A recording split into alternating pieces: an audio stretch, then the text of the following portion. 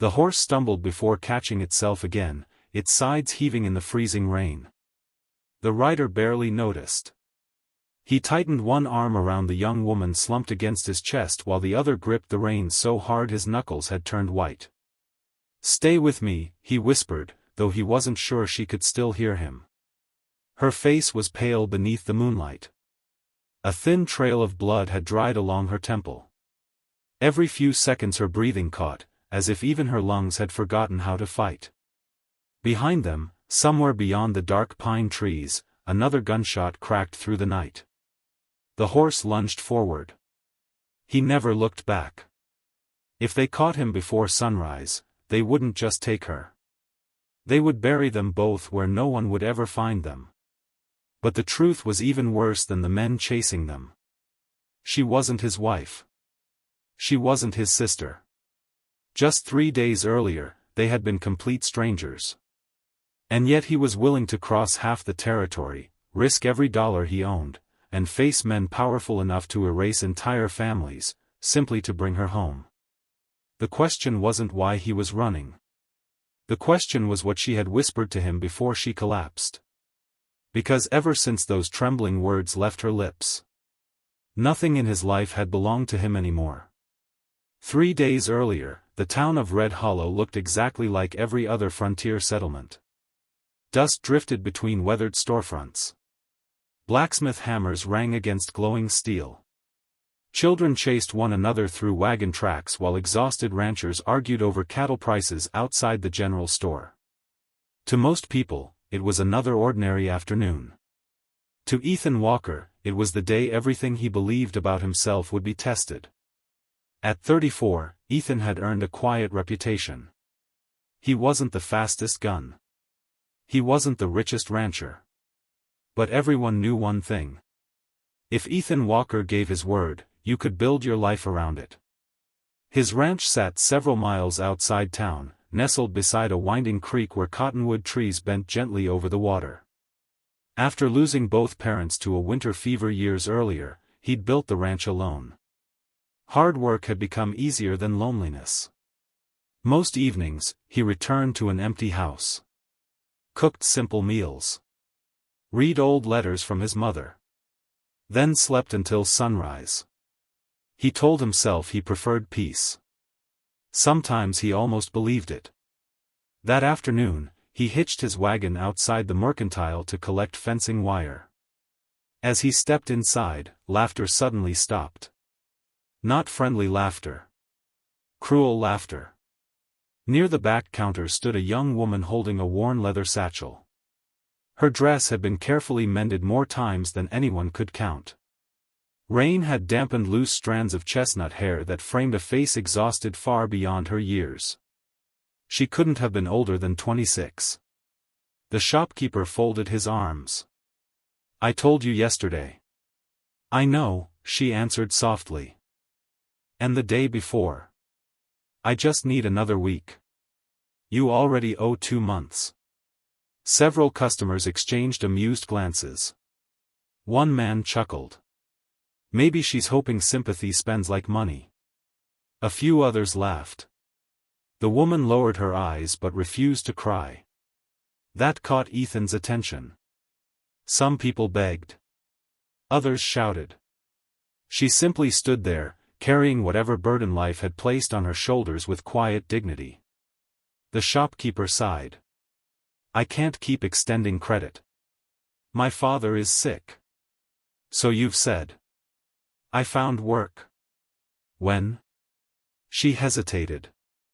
"I start tomorrow." "Then come back after tomorrow." "I need medicine tonight." Silence settled across the room. Nobody moved. Nobody volunteered. Not because they were cruel. Because everyone out west carried their own impossible problems. Ethan stepped forward. "How much?" The shopkeeper looked relieved. $12. Gasps spread through the store. $12 was more than many families earned in weeks. The young woman immediately turned toward Ethan. "No. You don't owe me anything," he said. "I can't let you. You aren't. He placed the coins on the counter. I'm paying him. She stared as though she'd forgotten how to speak. After several long seconds, she finally whispered. My name is Clara. Ethan. I'll repay every cent. I didn't ask you to. I know. She picked up the medicine carefully, almost reverently. That's exactly why I will. For the first time. She smiled. It wasn't a dramatic smile. Just small. Tired. Honest. But somehow it lingered in Ethan's thoughts long after she disappeared into the rain. He told himself it was nothing. Just another good deed. Nothing more. By sunset he had nearly forgotten her. Until someone knocked on his ranch door. When Ethan opened it, Clara stood there soaked from head to toe. Her breathing was uneven. I didn't know where else to go. His stomach tightened. What happened? They came. Who? The men my father borrowed money from. She looked over her shoulder into the darkness. They took him. For several seconds neither of them spoke. Finally Ethan stepped aside. Come inside. She hesitated. I'll leave before daylight. You'll leave after you're safe. She entered quietly, clutching the empty medicine bag. Inside, warmth from the fireplace slowly returned color to her face. Ethan handed her a blanket. She accepted it with trembling fingers. They said if I wanted my father back. Her voice cracked. I had to agree to marry one of them. Ethan looked up. What? They don't want repayment anymore. They want ownership. She forced herself to continue. Their leader is Victor Kane. The name alone chilled the room. Victor Kane controlled freight routes, gambling halls, and enough hired guns that even lawmen avoided crossing him. Rumors claimed judges owed him favors. Sheriffs accepted his money. Witnesses disappeared. You went to the marshal? He told me not to get involved. And your neighbors? They're afraid. Ethan nodded slowly. He understood. Fear was contagious. Sometimes survival demanded silence. But something about Clara's expression unsettled him. Not fear. Responsibility. As though she blamed herself for every terrible thing happening. You should rest, Ethan finally said. I can't. You won't help your father collapsing from exhaustion. She looked toward the fire. My mother died when I was 16. My brother left for California. My father, he's all I have. Silence settled again. Outside, thunder rolled across the valley. Ethan stared into the flames. Every sensible part of him knew the answer. Stay out of it. This wasn't his fight. Victor Kane destroyed people who interfered. One ranch against an empire. It wasn't courage. It was suicide. Yet another memory surfaced. His father's final words. A man's character isn't measured by the trouble he avoids, but by the people he refuses to abandon. He closed his eyes. Then opened them again. I'm riding into town. Clara looked at him in disbelief. Tonight? If Kane has your father, every hour matters. You don't even know us. No. Then why? Ethan reached for his coat. Because someone should. Before dawn they discovered the abandoned sawmill where Clara's father had supposedly been taken. Broken wagons littered the muddy yard. Windows had been boarded shut. No horses. No guards. Only silence. Too much silence. Ethan dismounted first. Stay behind me. They stepped inside. Dust floated through narrow beams of gray morning light. Ropes lay scattered across the floor. An overturned chair rested near one wall. There had been prisoners here. Recently. Then Ethan noticed something else. A fresh boot print. Not leaving. Entering. He turned just as a shotgun clicked behind him. Don't move. A cold voice echoed through the empty mill. You should have stayed on your ranch, Walker. Ethan froze. The shotgun pressed between his shoulder blades didn't tremble. Whoever held it had done this before. Clara's face drained of color. A broad-shouldered man stepped from behind a stack of rotting lumber, his beard streaked with gray and his coat marked by years on the trail. Hands where I can see them. Ethan slowly raised his hands. We're looking for Clara's father. The man let out a dry laugh. So is everyone else. Two more armed men emerged from the shadows, but something about them seemed different. Their clothes were worn, their boots patched, their eyes tired rather than cruel. If you worked for Kane, Ethan said carefully, you wouldn't be hiding. The stranger narrowed his eyes. And if you worked for Kane, you'd already be dead. A long silence followed. Finally, the man lowered the shotgun. My name's Samuel Briggs. Clara frowned. My father mentioned you once. He used to haul freight with me. Samuel removed his hat. And he saved my life 20 years ago. Clara stepped forward. Where is he? Samuel's expression darkened. Kane moved him yesterday. Where? I don't know. Her shoulders slumped. But, Samuel continued, I know why he's keeping him alive. Ethan and Clara exchanged a glance. Samuel reached into his coat and unfolded an old map stained by years of dust and rain. Your father found silver. Clara blinked. What? Not just a few rocks. He tapped a section deep within the mountains. A vein rich enough to buy half this territory. Ethan looked back at Clara. You knew? She slowly shook her head. My father always disappeared into the hills for days. He told me he was trapping. Samuel sighed. He lied because he knew what would happen if people found out. And Kane discovered it, Ethan said. Samuel nodded. He tortured every man who worked that claim. Clara covered her mouth. My father never told them. No. Samuel folded the map again. But Kane believes Clara knows where the mine is. She stared in disbelief. I don't. Kane doesn't care. The realization hit Ethan all at once. This had never been about debt. The medicine. The threats. The forced marriage. Everything had been a trap to make her talk. Suddenly hoofbeats thundered outside. Samuel cursed. They found us. Gunfire shattered the mill windows. Wood exploded into splinters as bullets tore through the walls. Move! Samuel shouted. Ethan grabbed Clara's hand. They sprinted through the rear exit just as another blast ripped across the doorway. Outside, 5 riders circled the clearing. Black coats. Red bandanas. Kane's men. One of them raised a rifle. Ethan shoved Clara behind a wagon. The shot cracked through the morning air. The wagon wheel splintered inches from his head. Samuel and his men returned fire from inside the mill. Smoke swallowed the yard. Run for the horses!